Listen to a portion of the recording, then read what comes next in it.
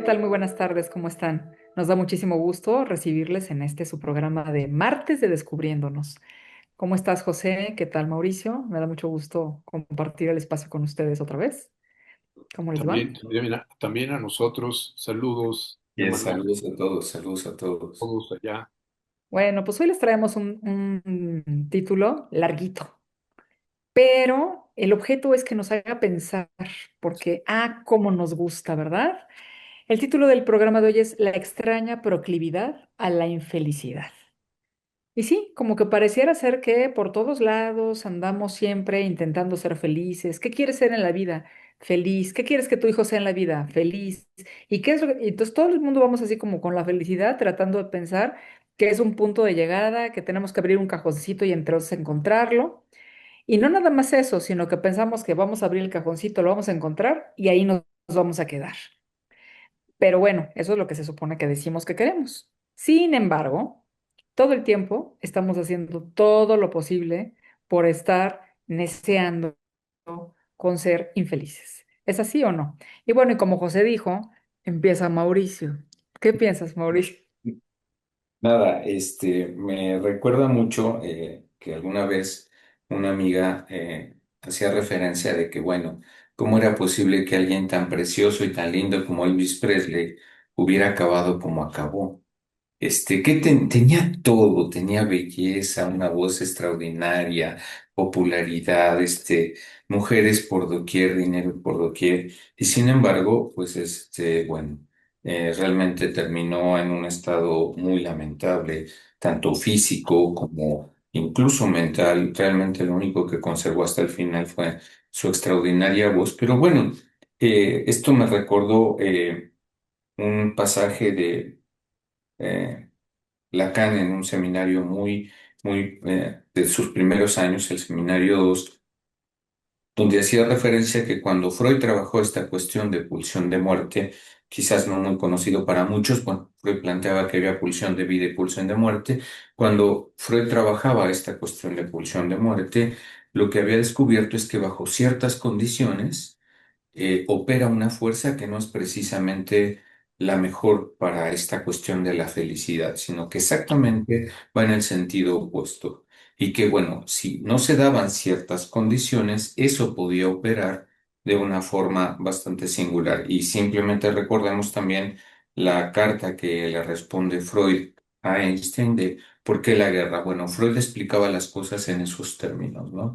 O sea, bajo ciertas condiciones sí puede operar esta cuestión de decir sí vamos en una dirección de progreso, pero el ser humano no solo es esa tendencia, también es la otra. Y pues si no, si bien no nos gusta, opera y requete opera. Ok, aquí en esto que nos estás comentando, que me parece muy interesante, creo que van dos vías.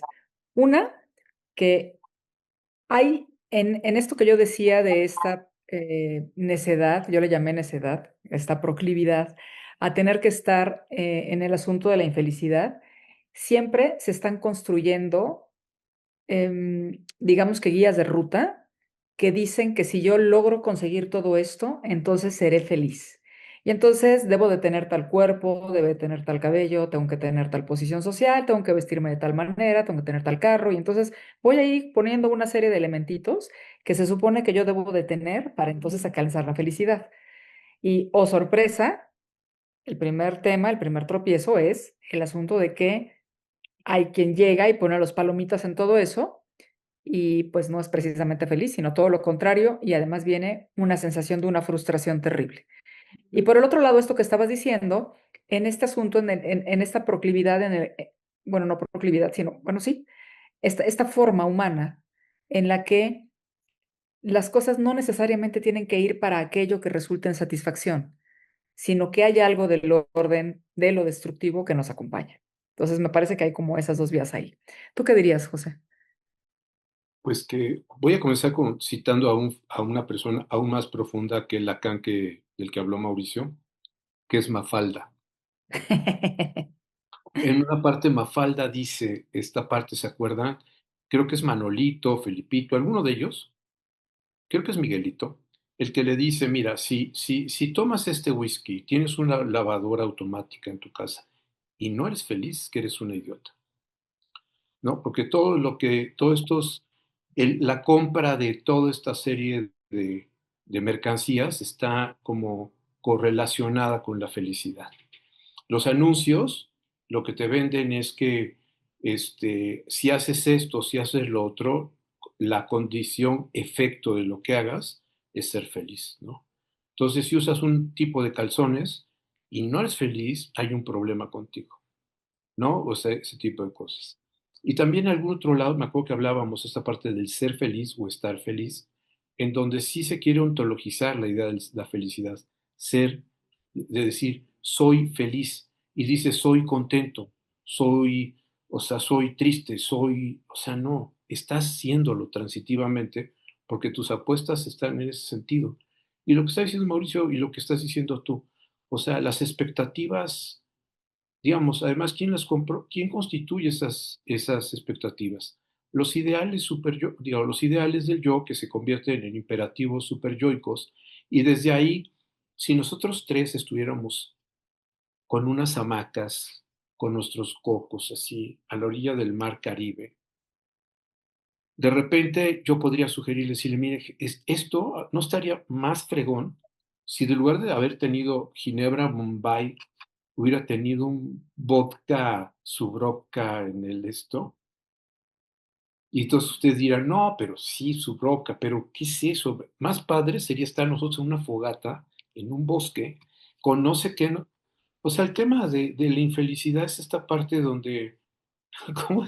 La frase que fue el presidente, ¿no? El que dijo que como el chile que no se acomoda o que, ¿cómo es eso? Es la frase de Ningún chile les acomoda. ningún chile les acomoda.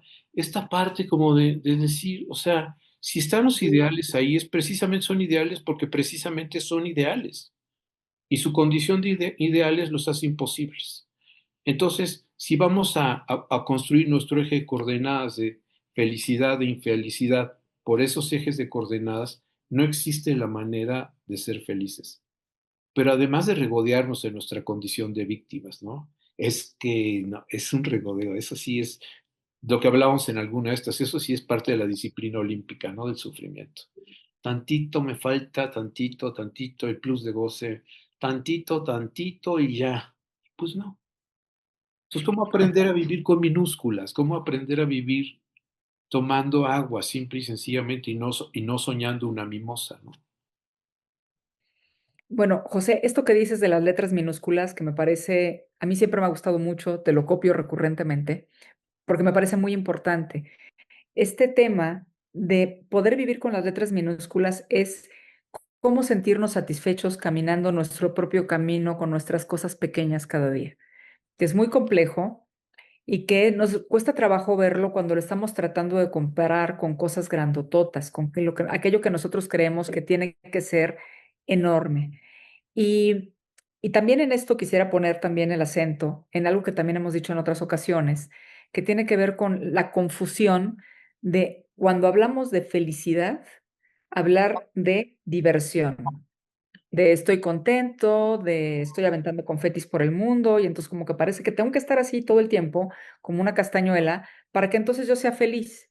Y entonces eso implicaría que todo el tiempo estemos así felices, felices, felices, y pues eso no implicaría que estuviéramos felices y estamos perdiendo, digamos que el foco tanto de los momentos agradables, los satisfactorios, algunos a lo mejor no tan contentos, pero que nos hacen sentirnos bien y lo perdemos, ¿no? Mauricio. Sí, sí. Pues sí, es que me quedé pensando en esta cuestión que, en efecto, digamos, creo que aquí hay una enorme relación con toda esta cuestión de la mercadotecnia que justamente vincula la cuestión de la felicidad con un estado de ánimo, por un lado, y con tener cosas. Esto es algo que creo que desde siempre nos bombardean con este tipo de condiciones, ¿no? Por un lado, de siempre estar, digamos, en un estado de ánimo y la cuestión de conseguir cosas, cuando a veces, pues bueno, simplemente ver un cielo estrellado puede ser una experiencia realmente podamos un tanto nosotros hablar y bueno, aproximarnos a estas cuestiones que justamente, pues bueno, nos llevan y nos inducen de una manera a veces bastante perversa a decir, yo defino qué es felicidad. Creo que lo importante es que nos demos cuenta que podemos nosotros dar una definición de qué es felicidad para nosotros y me parece que esa es la más válida. ¿Qué es Ujú, para nosotros ser feliz? Y no los recortes, las formas en las que cada quien puede plantear qué es eso de ser feliz. Sin duda, lo que a mí me hace feliz probablemente no le haga feliz, porque si tengo esta bebida o esta otra, bueno, muy probablemente yo no necesite de eso para ser feliz. Ajá. Es un tanto lo que comentaba José. Yo puedo agregar, bueno, para mí sería importante que fuera de esta y de esta otra. Claro, ¿y qué tal si yo me aproximo y me pongo a preguntarme, ¿qué es la felicidad para mí?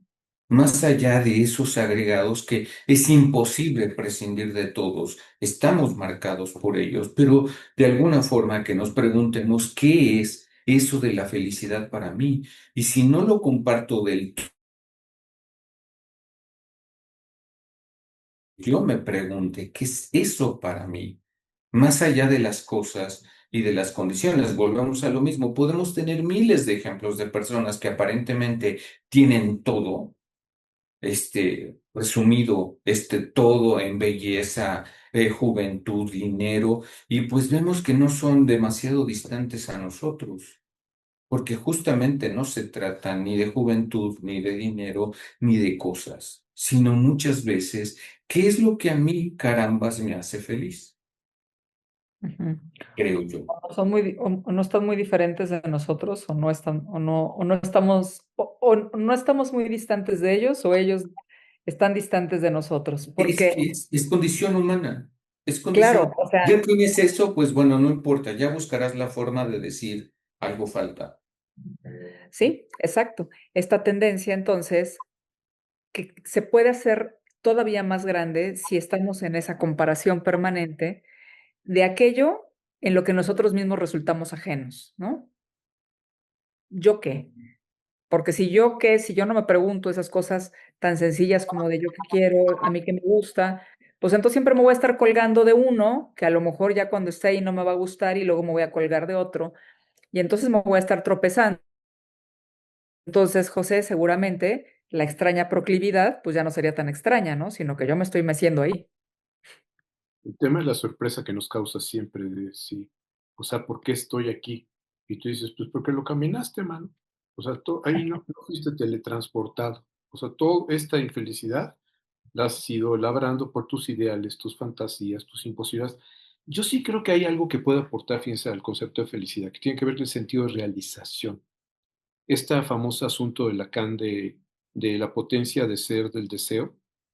Creo que si uno encuentra esa posibilidad de izar las velas, esta parte de, de la potencia de ser en algo que uno está haciendo, ahí es donde uno encuentra la felicidad. Pero necesariamente uno tiene que tener la distancia para que por contraste uno pueda decir, wow, ¿no? Un, dos, tres. Yo les platiqué alguna vez de una experiencia en donde estuve en un vuelo, la verdad no era muy grande, era solo Acapulco, pero de repente, por fortuna, estaba ahí una sala de estas VIP y iba con una persona, un amigo que me dice, oye, pásale, vamos aquí a la sala VIP. Y entonces entro a la sala VIP, me sirven mi whisky, él se pone a leer, yo me pongo a leer y de repente, el vuelo había sido demorado 3 horas. Quiero decirles que esos momentos, estar oyendo música, leyendo y tomándome el whisky, casi me hace llorar de felicidad. Mm. Bueno, mejor ejemplo de las letras chiquitas no podemos tener. Y bueno, esto que dices de izar las velas, sí, izar nuestras velas y darnos cuenta que no se izan de una vez para siempre, sino que vamos navegando, que las vamos izando continuamente de acuerdo a cómo están pues nuestros mares. Así es que pues bueno, pues muchísimas gracias por habernos acompañado. Les invitamos a preguntarse respecto de su proclividad a la infelicidad y nos encontramos la próxima semana. Un abrazo para todos.